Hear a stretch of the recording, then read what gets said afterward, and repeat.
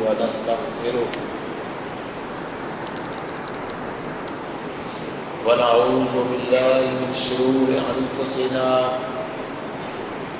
ومن سيئات أعمالنا من يهده الله فلا مضل له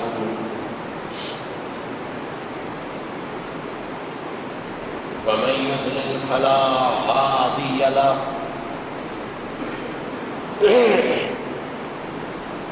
أشهد أن لا إله إلا الله وأشهد أن محمدا عبده ورسوله أما بعد فإن خير الحديث كتاب الله وخير الهدي هدي محمد صلى الله عليه وآله وسلم وشر الأمور محدثاتها وكل محدثة بدعة وكل بدعة ضلالة وكل ضلالة في النار. أما بعد فأعوذ بالله من الشيطان الرجيم بسم الله الرحمن الرحيم والسابقون الأولون من المهاجرين والأنصار والذين اتبعوهم بإحسان رضي الله عنهم ورضوا عنه وأعد لهم جنات تجري تحتها الأنهار خالدين فيها أبدا ذلك الفوز العظیم.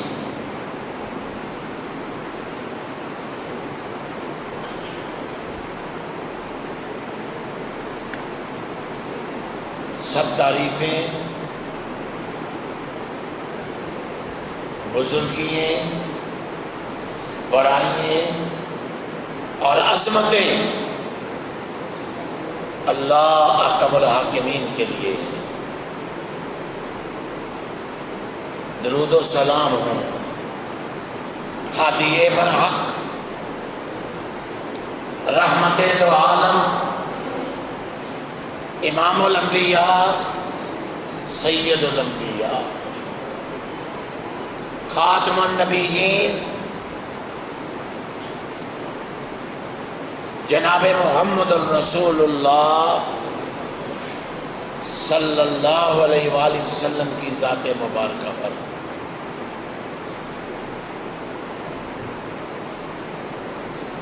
اللہ احکم الحاکمین نے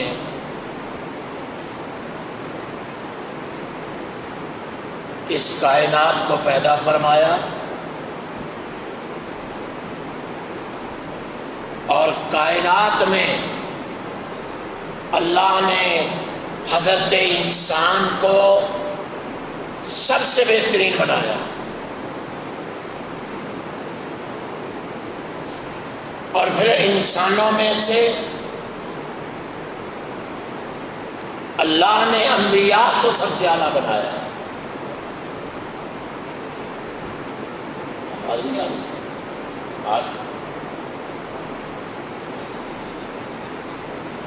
اور امتوں میں سے یا نبی کے ساتھیوں میں سے اللہ نے اپنے پیغمبر نبی رحمت امام کائنات امام الانبیاء کے ساتھیوں کو اس کائنات میں چن لیا جو سب سے بہترین لوگ تھے. اور امتوں میں سے اللہ نے امت محمد صلی اللہ علیہ وآلہ وسلم کو سب سے اونچا مقام عطا فرمایا.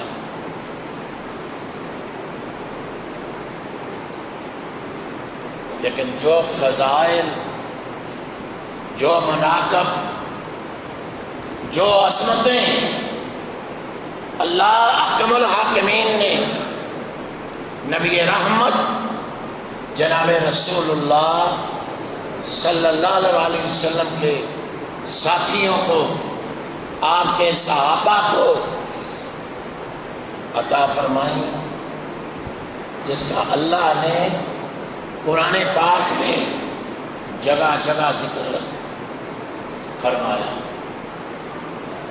جا بجا اللہ نے ان کی تعریفیں بیان کی، اللہ نے ان کا مقام عطا فرمایا، اللہ نے اس آخری کتاب میں ان کو بہت ہی اعلیٰ درجات کا ان کے لیے وعدہ فرمایا۔ اور خاص کر وہ لوگ والسابقون الاولون، وہ جو پہلے لوگ اسلام لائے تھے، وہ کون تھے؟ من المہاجرین والانصار، مہاجرین میں سے اور انصار میں سے۔ مہاجر وہ لوگ تھے جو مکہ میں مسلمان ہو گئے اور مکہ سے انہوں نے اللہ کی راہ میں اللہ کے دین کے لیے اپنے گھر بار، اپنے مال و ثواب، اپنے بیوی بچے بھی چھوڑ دیے، ہر چیز اللہ پر اور اللہ کے دین پر اور اللہ کے نبی کے لیے قربان کر دی انہوں نے۔ اللہ نے ان کا تذکرہ السابقون الاولون سے کیا ہے، من المہاجرین والانصار، وہ جو مہاجروں میں سے تھے اور انصار میں سے تھے، والذین اتبعوہم بإحسان، اور جنہوں نے ان کی پیروی کی احسان کے ساتھ، نیکی کے ساتھ، ان کے نقش قدم پر چلے۔ اہل علم نے کہا ہے کہ یہ وہ لوگ تھے، یہ ان لوگوں کا تذکرہ اللہ نے کیا ہے جو جنہوں نے اپنا رخ، اپنی نمازیں دونوں قبلہ کی طرف منہ کر کے پڑھی۔ آپ جانتے ہیں کہ مکہ میں بیت المقدس کی طرف بیت اللہ موجود ہے، لیکن بیت المقدس کی طرف منہ کر کے نماز پڑھی جا رہی تھی، اور جب مدینہ منورہ میں اللہ کے پیغمبر جناب رسول اللہ صلی اللہ علیہ وآلہ وسلم تشریف لائے، 17 مہینے بیت المقدس کی طرف ہی منہ کر کے نماز پڑھتے رہے، اور یہ اتنے فرما بردار لوگ تھے کہ نماز کے دوران ہی کسی نے آ کر ان سے کہا کہ قبلہ بدل گیا ہے، جو آج قبلتین مسجد بھی موجود ہے، اگرچہ اس میں اختلاف ہے کہ وہ کون سی مسجد تھی، پہلی مسجد جس میں خود نبی کریم صلی اللہ علیہ وآلہ وسلم نے بیت المقدس کو چھوڑ کر بیت اللہ کی طرف نماز پڑھی تھی۔ لیکن جب ایک صحابی اس مسجد میں پہنچا، اس نے جا کر نماز کے دوران یہ اعلان کر دیا کہ اللہ کے پیغمبر جناب رسول اللہ صلی اللہ علیہ وآلہ وسلم نے اپنا چہرہ بیت اللہ کی طرف موڑ لیا ہے، تو یہ نماز میں ہی گھوم گئے۔ اتنے یہ فرما بردار لوگ تھے۔ بعض نے کہا جنہوں نے قبلتین کی طرف رخ کیا، جن کو اللہ نے دونوں قبلے نصیب کیے، یہ وہ لوگ تھے۔ بعض نے کہا یہ وہ لوگ تھے جو جنگ بدر میں شریک ہوئے، اور بعض نے کہا یہ وہ لوگ تھے جو سن 6 ہجری میں صلح حدیبیہ میں شامل تھے۔ اور آپ جانتے ہیں وہ 1400 یا اس سے کچھ لوگ زیادہ تھے، یا 1400 تھے، جن کے ہاتھ پر، جس کا تذکرہ اللہ احکم الحاکمین نے آگے کیا ہے، لقد رضی اللہ عن المؤمنین اذ یبایعونک تحت الشجرہ، اللہ کی رضامندی۔ کوئی ہے لوگ اس کائنات میں، کوئی ایسے لوگ ہیں جن کا اعلان اللہ قرآن میں فرما رہا ہو،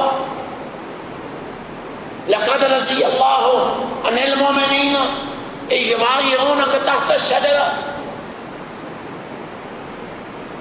اللہ نے تو ان کے دلوں کو بھی جان لیا، وعلم ما فی قلوبہم،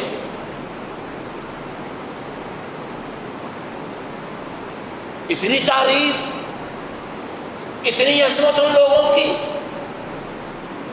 یہ کتنے عظیم ترین لوگ تھے۔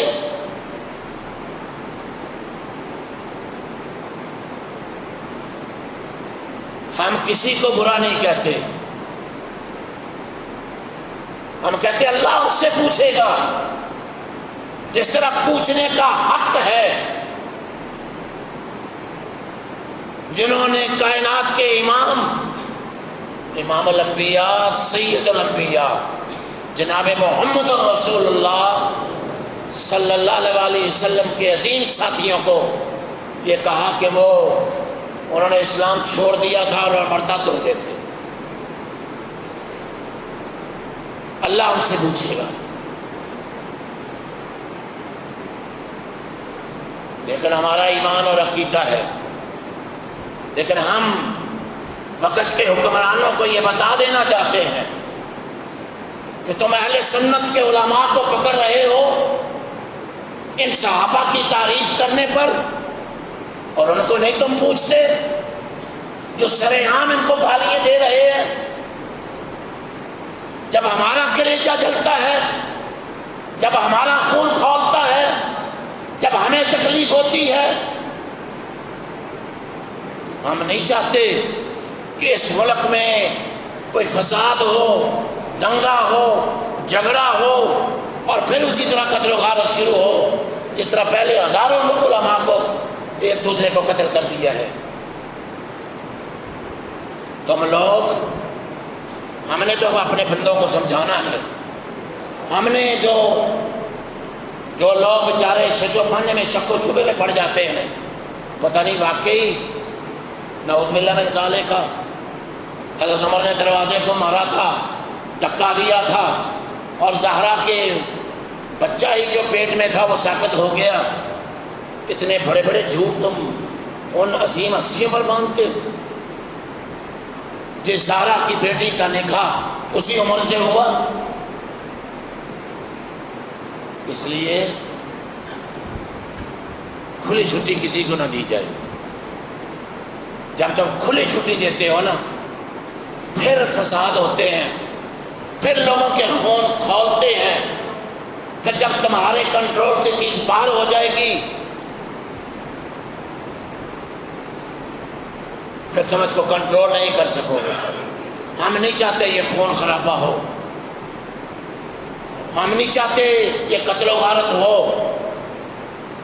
لیکن ہم یہ چاہتے ہیں کہ عظیم ہستیوں کے بارے میں کوئی ذرا سی زبان بھی نہ کھولے،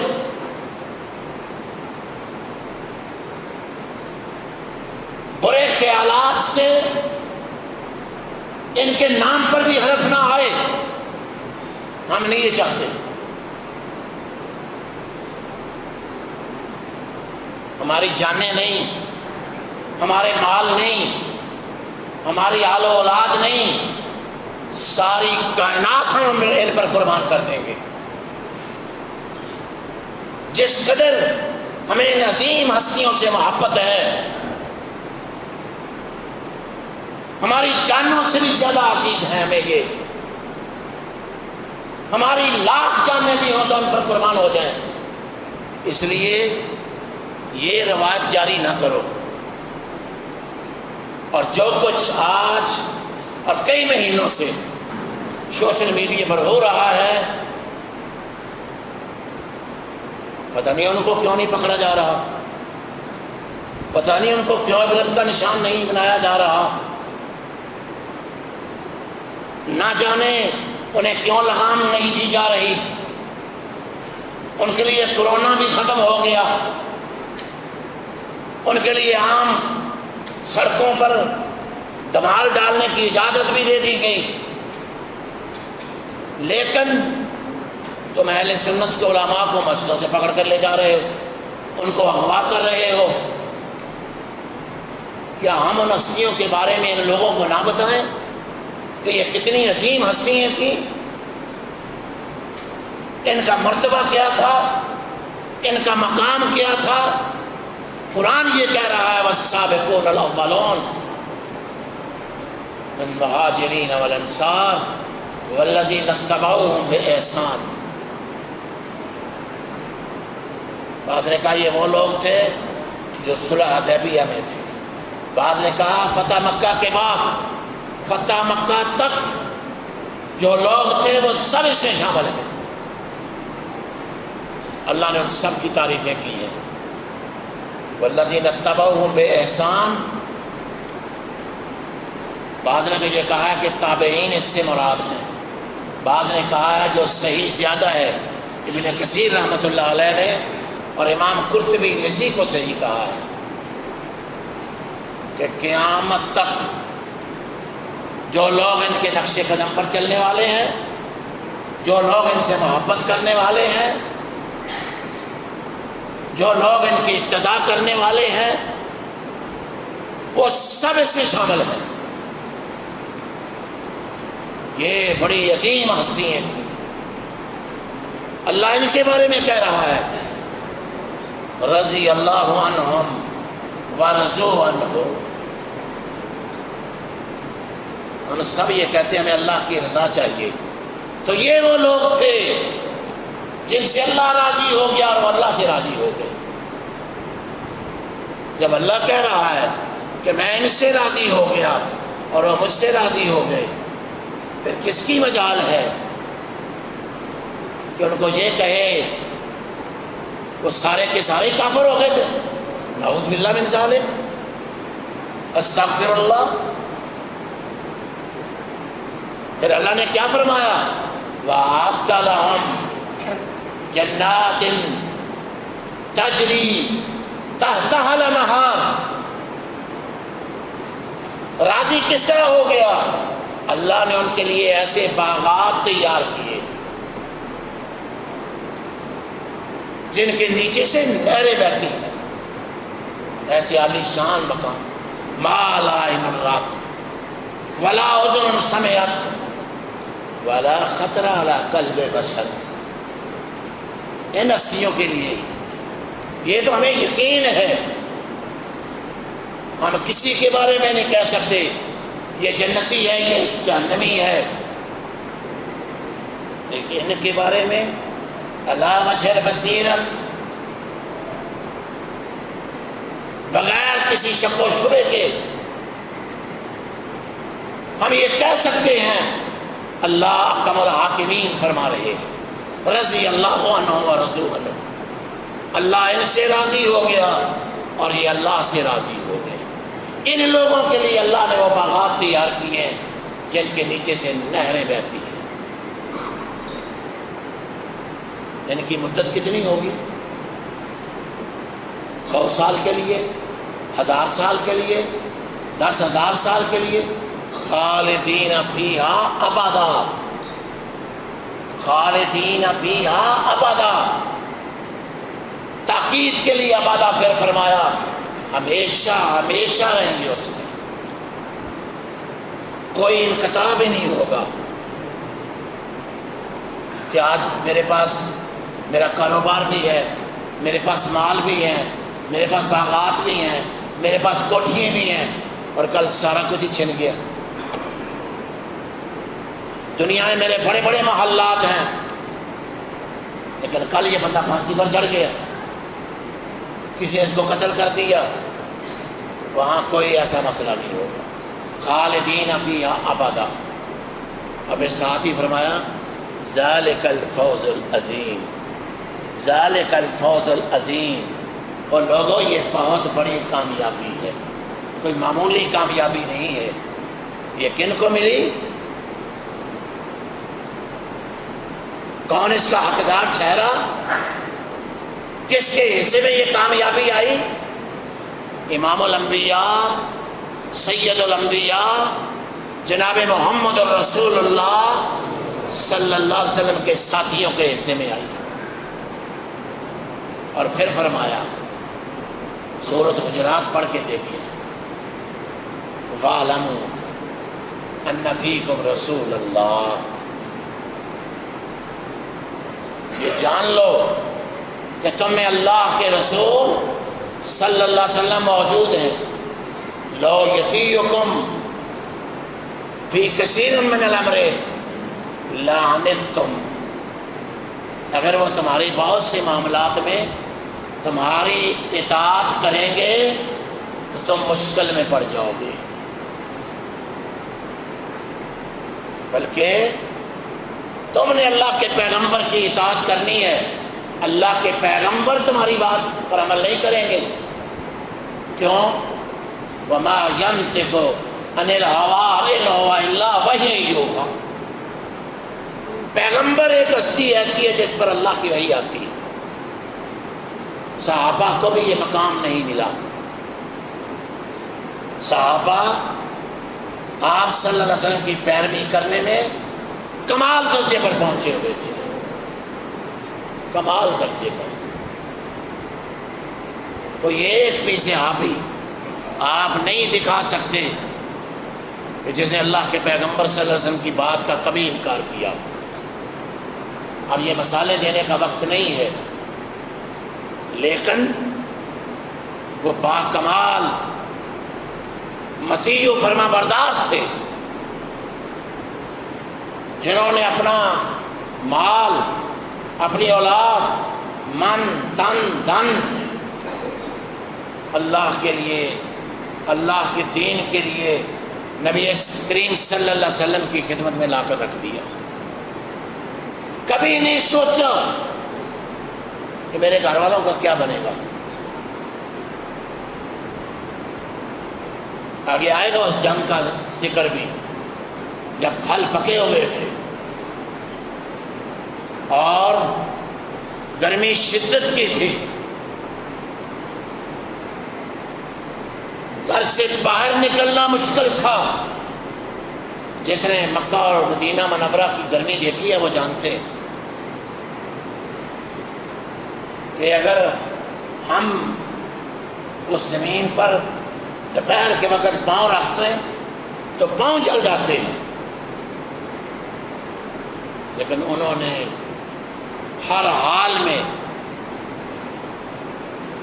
اپنے گھر کے بار کو چھوڑا، بیوی بچوں کو چھوڑا، مال و دولت کو چھوڑا، مال باغات پکے ہوئے ہیں، ہر چیز چھوڑ کر کہا دنیا کی سب سے بڑی طاقت جو سپر طاقت تھی اس کے ساتھ ٹکرانے کے لیے تیار ہو گئے، جن کا ذکر بھی اللہ نے سورۃ توبہ میں بڑی تفصیل کے ساتھ کیا ہے۔ اس لیے تمہیں یہ ان کی اتباع کرنی ہے، لیکن اللہ نے انعام کیا دیا؟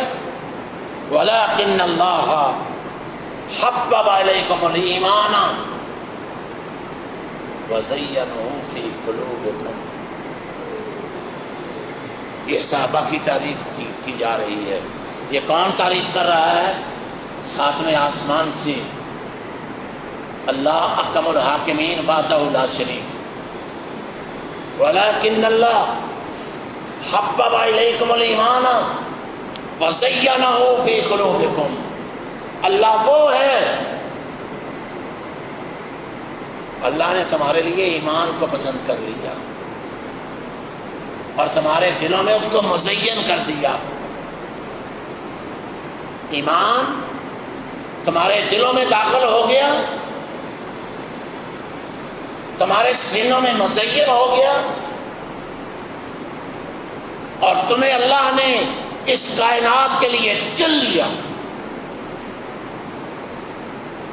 اسی لیے تو اللہ کے پیغمبر نبی رحمت جناب رسول اللہ صلی اللہ علیہ وسلم نے ارشاد فرمایا تھا، خیر القرون قرنی ثم الذین یلونہم ثم الذین یلونہم، سب سے بہترین میرا زمانہ ہے۔ مجھے ایک بات بتاؤ، مکہ کی زندگی اللہ کے پیغمبر صلی اللہ علیہ وسلم اکیلے ہی اٹھے تھے اور کیا فرمایا تھا؟ قولوا لا الہ الا اللہ تفلحوا تملک العرب والعجم۔ لوگوں لا الہ الا اللہ کہہ دو، عرب و عجم کے مالک ہو جاؤ گے۔ اور جو ایمان لاتا تھا اس کے ساتھ سلوک کیا ہوتا تھا؟ خود جناب رسول اللہ صلی اللہ علیہ وسلم کو کتنی تکلیفیں دی گئی۔ اسلام کی، ایمان کی قیمت پوچھنی ہے تو ابو بکر سے پوچھو، ایمان کی قیمت پوچھنی ہے تو بلال سے پوچھو، صہیب سے پوچھو، خبیب سے پوچھو، عثمان غنی سے پوچھو، کس کس کا نام لو، رضوان اللہ اجمعین۔ ان لوگوں نے، قلیل لوگ تھے، ابو ذر غفاری سے پوچھو، مارے کھا کھا کر بھی دھوپ میں لٹایا جاتا۔ خباب سے پوچھو، جلتے ہوئے کوئلوں پر لٹایا گیا۔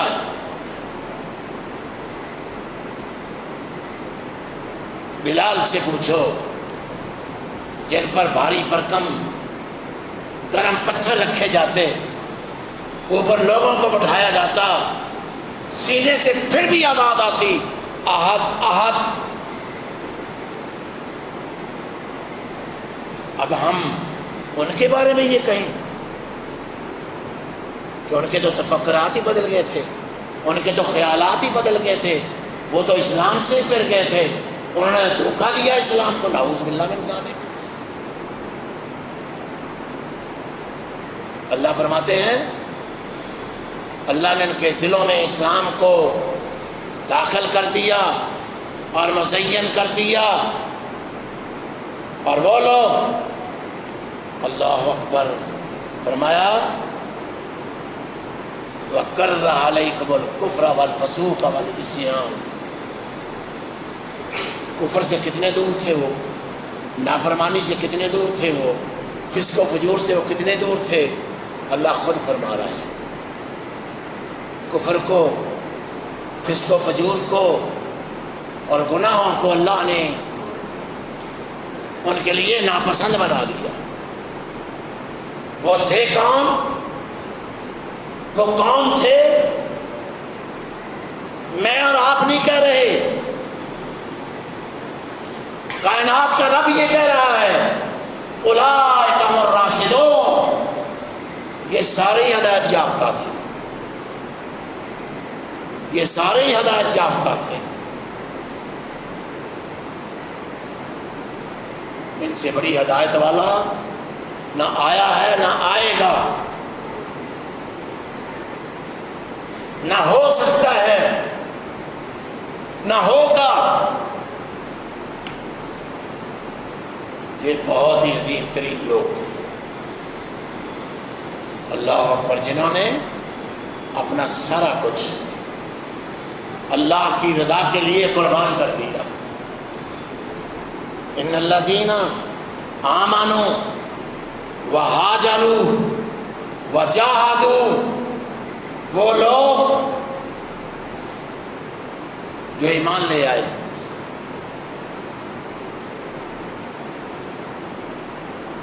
جنہوں نے ہجرت بھی کی، جنہوں نے اللہ کی راہ میں جہاد بھی کیا، اور جن لوگوں نے مدد بھی کی، جگہ بھی دی اور مدد بھی کی، اولئک بعضهم اولیاء بعض، یہ ایک دوسرے کے دوست ہیں، ایک دوسرے سے محبت کرنے والے ہیں۔ معلوم ہوا ایمان والے لوگوں سے محبت کرنا یہ ایمان کا حصہ ہے، اور صحابہ سے محبت کرنا یہ ایمان ہے۔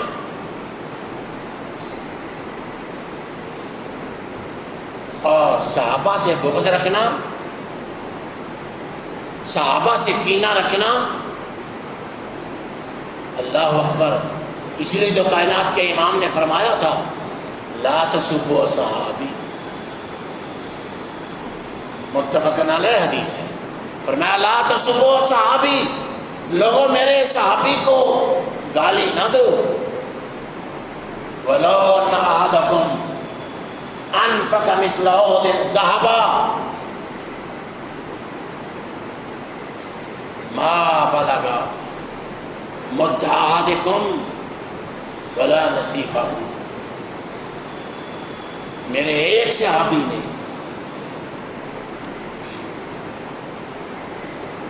ایک مد کتنا ہوتا ہے جی؟ 11 چٹان کا، 7 ہو گیا، 2 سیر 11 چٹان کا ہوتا ہے، 2.5 کلو کا، اور یہ مد صرف میرے صحابی نے جو مجھ پر ایمان لے آیا، ایک مد یا آدھا مد جو اللہ کی راہ میں دیا تھا، قیامت تک آنے والے لوگ، قیامت تک آنے والے لوگ احد پہاڑ بھی صرف کر دیں، احد پہاڑ جتنا سونا بھی اللہ کی راہ میں خرچ کر دیں، میرے ایک صحابی کے آدھے مد کے ثواب کے برابر نہیں پہنچ سکتے۔ اندازہ لگائیں کہ اللہ کے پیغمبر جناب رسول اللہ صلی اللہ علیہ وسلم نے صحابی کی، اصحاب اپنے صحاب کی کتنی فضیلت فرمائی تھی، وہ کتنے عظیم لوگ تھے۔ اور کہیں صحابی فرماتے ہیں ابو بردہ کہ میں اللہ کے پیغمبر صلی اللہ علیہ وسلم کو دیکھتا کہ آپ کا سر ہمیشہ آسمان کی طرف اٹھتا ہے، اور آپ یہ فرمایا کرتے تھے النجوم امنۃ للسماء، ستارے آسمان کی حفاظت ہیں، فَإِذَا ذَهَبَتِ النُّجُومُ، جب ستارے چلے جائیں گے، ستارے جھڑ جائیں گے، جو اللہ نے وعدہ کیا ہے پھر آسمان پر وہ آفت آئے گی، اور وہ اللہ نے قرآن میں جگہ جگہ بیان کی ہے۔ یہ آسمان دھواں بن جائے گا، ٹکڑے ٹکڑے ہو جائے گا، جو بغیر ستونوں کے کھڑا ہے، ساری کائنات مل جائے وہ آسمان کو کچھ نہیں کر سکتے، لیکن اللہ کے پیغمبر صلی اللہ علیہ وسلم نے فرمایا جب ستارے جھڑ جائیں گے تو پھر آسمان پر وہ آفت آئے گی جس کا وعدہ کیا گیا ہے، یعنی ہر شے ٹکڑے ٹکڑے ہو جائیں گے۔ وَأَنَا آمَنَةٌ لِّأَصْحَابِي، اور میں اپنے صحابہ کے لیے امن کا ضامن ہوں۔ فَإِذَا ذَهَبْتُ أَنَا أَتَىٰ عَلَىٰ صَحَابِي، جب میں چلا جاؤں گا پھر میرے صحابہ پر وہ چیز آئے گی جس کا انہیں وعدہ دیا جائے گا۔ اور آپ نے دیکھا کہ جو فتنے، جو فساد صحابہ کے بعد پھیلے اور ابھی تک پھیلتے چلے جا رہے ہیں، علمان الحفیظ فرمایا وصحابی امنۃ لامتی، اور میرے صحابہ امت کی ضمانت ہیں۔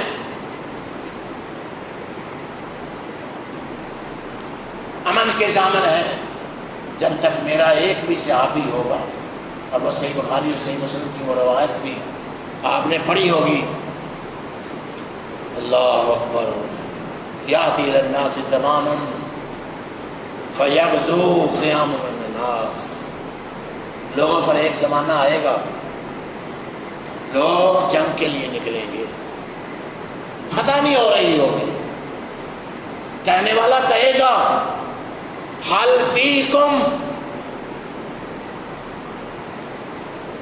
کیا تم میں کوئی ایسا ہے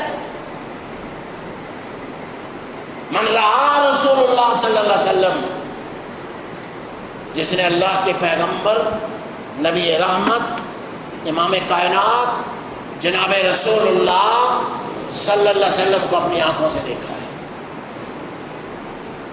کہا جائے گا فلاں صحابی موجود ہے، اللہ اس کے ہاتھ سے مسلمانوں کو فتح عطا کر دے گا۔ یہ اللہ کے پیغمبر صلی اللہ علیہ وسلم کے معجزات میں سے ہے، یہ آپ کی نبوت کے دلائل میں سے ہے۔ اللہ نے اپنے پیغمبر کو صلی اللہ علیہ وسلم کو وہ چیزیں بیان بتا دی جو کسی کو نہیں بتائی۔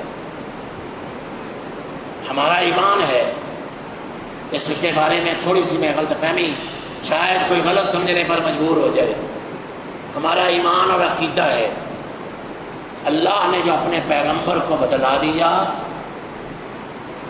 چاہے وہ جنت اور دوزخ کی خبریں ہیں، یا پہلی امتوں کی خبریں ہیں، یا قیامت تک آنے والے لوگوں کی خبریں ہیں، جو اللہ نے بتا دیا اس کا آپ کو پتہ بھی تھا، اور آپ نے اپنی امت کو بھی بتا دیا۔ اس دین میں سے ایک ذرہ بھی، ایک کلمہ بھی، ایک حرف بھی اللہ کے پیغمبر صلی اللہ علیہ وسلم نے جو اللہ نے آپ کو بتلایا آپ نے امت سے نہیں چھپایا۔ یا ایھا الرسول بلغ ما انزل الیک فإن لم تفعل فما بلغت رسالتہ، قرآن پکار پکار کر کہہ رہا ہے، اس لیے اپنے عقیدوں کو درست کریں۔ صحابہ کا، اہل ایمان کا، مسلمانوں کا قیامت تک یہی عقیدہ ہے، اللہ نے جو اپنے پیغمبر کو بتا دیا، چاہے وہ قیامت کی خبریں تھیں، پہلے لوگوں کے واقعات تھے، جنت اور دوزخ کی خبریں تھیں، آپ نے امت کو بتا دیا، آپ کو پتہ تھا۔ اور جو آپ نے نہیں بتائیں، جو اللہ نے نہیں بتایا، چاہے وہ گھر کی خبریں تھیں جو قرآن نے ذکر کیا ہے، وہ بھی آپ کو علم نہیں ہے۔ بعض لوگ، اللہ ان کو ہدایت بھی دے، ہماری دعا ہی ہے سب کے لیے، ہم کسی کے لیے برا نہیں سوچتے، اللہ ان کو ہدایت ہی دے۔ یہ سمجھتے ہیں لوگ بعض کہ دیکھو یہ تنقید ہے، یہ تنقید ہے کس پر؟ کائنات کے امام پر۔ کوئی مسلمان تصور، یہی تو جھگڑا ہے کہ کیا اللہ اپنے پیغمبر کی تنقید کر رہا ہے، اپنے پیغمبر پر تنقید کر رہا ہے؟ یہ پیغمبر کی عزت ہے، یہ احترام ہے، یہ اصل مقام ہے کائنات کے امام کا۔ یہی تو وہ چیز ہے جو اللہ نے وحی کے ذریعے اپنے پیغمبر کو بتا دی، کسی کو نہیں بتائی۔ وہی الہی تو فرق ہے جو عام انسانوں میں اور پیغمبروں میں فرق ہے۔ وہ درجات کا تو فرق ہے جو اللہ نے کائنات کے امام کو ناریوں پر، نوریوں پر، فرشتوں پر، ساری کائنات پر اپنے پیغمبر امام الانبیاء کو اونچا مقام دیا ہے. یہی تو فرق ہے، یہی تو سمجھنے کی بات ہے، یہی تو عزت ہے، یہی تو مقام ہے کائنات کے امام کا، سید الانبیاء جناب رسول اللہ صلی اللہ علیہ وسلم کا. اور پھر اللہ نے ان صحابہ کی تعریف اللہ اکبر سورۃ الفتح میں یوں فرمائی: لقد رضی اللہ عن المؤمنین اذ یبایعونک تحت الشجرہ. اللہ ان لوگوں سے راضی ہو گیا جو جناب رسول اللہ صلی اللہ علیہ وسلم کے ہاتھ پر بیبول کے درخت کے نیچے بیعت کر رہے تھے. جب مشرکین مکہ نے آپ کو عمرے سے روک دیا کہ ہم آپ کو اس سال عمرہ نہیں کرنے دیں گے، آپ نے حضرت عثمان کو بھیجا رضی اللہ تعالیٰ عنہ. پچھلے عبداللہ بن عمر فرمایا کرتے تھے عثمان سب سے اعلیٰ تھے جن کو اللہ کے پیغمبر جناب رسول اللہ صلی اللہ علیہ وسلم نے اپنا سفیر بنا کر مکہ بھیجا. پہلے حضرت عمر سے آپ نے فرمایا عمر تم جاؤ ان کو سمجھاؤ کہ ہم لڑائی کے لیے نہیں آئے، ہم تو عمرہ کرنے کے لیے آئے. فرمایا یا رسول اللہ میری بات وہ نہیں سنیں گے، عثمان کی بات سنیں گے، ان کو بھیجو. اللہ کے پیغمبر صلی اللہ علیہ وسلم کی نگاہ انتخاب عثمان غنی پر پڑی. فرمایا عثمان تم جاؤ. آپ چلے گئے، ان کو سمجھایا، انہوں نے کہا نہیں آپ نے عمرہ کرنا ہے تو آپ عمرہ کر لیں، ہم اجازت دیتے ہیں، لیکن جناب محمد رسول اللہ صلی اللہ علیہ وسلم کو اجازت نہیں دیں گے. کہا بیوقوف ہو، جب آقا انعامدار احمد مجتبیٰ محمد رسول اللہ صلی اللہ علیہ وسلم عمرہ نہیں کریں گے تو عثمان کی کیا مجال ہے کہ عمرہ کرے. یہ محبت تھی، یہ اتباع تھی، یہ کمال درجے کی اطاعت تھی جو حضرت عثمان غنی رضی اللہ تعالیٰ عنہ نے کی، اور اسی دوران مشہور ہو گیا. وہ جو پہلی بات تھی نا جو اللہ نے بتایا وہ پتہ ہے، جو اللہ نے نہیں بتایا وہ اس آیت میں آ گئی، جو اللہ نے نہیں بتایا اس کا نہیں پتہ. بات مشہور ہو گئی کہ عثمان غنی رضی اللہ تعالیٰ کو شہید کر دیا گیا ہے. اب چھوٹی سی خبر نہیں تھی. یہ پچھلے جمعے جو ہوئے ہیں نا، عثمان کوئی معمولی شخصیت نہیں تھے. آپ نے اپنی دو بیٹیاں حضرت عثمان غنی رضی اللہ عنہ کے نکاح میں دی. جب پھر بھی عثمان کو افسردہ دیکھا، پریشان دیکھا، فرمایا عثمان اگر میری 40 بیٹیاں بھی ہوتی اور یکے بعد دیگرے اگر وہ اس دنیا سے رخصت ہو جاتی تو میں ساری بیٹیاں تیرے عقد میں دے دیتا. یہ مقام ہے حضرت عثمان غنی کا.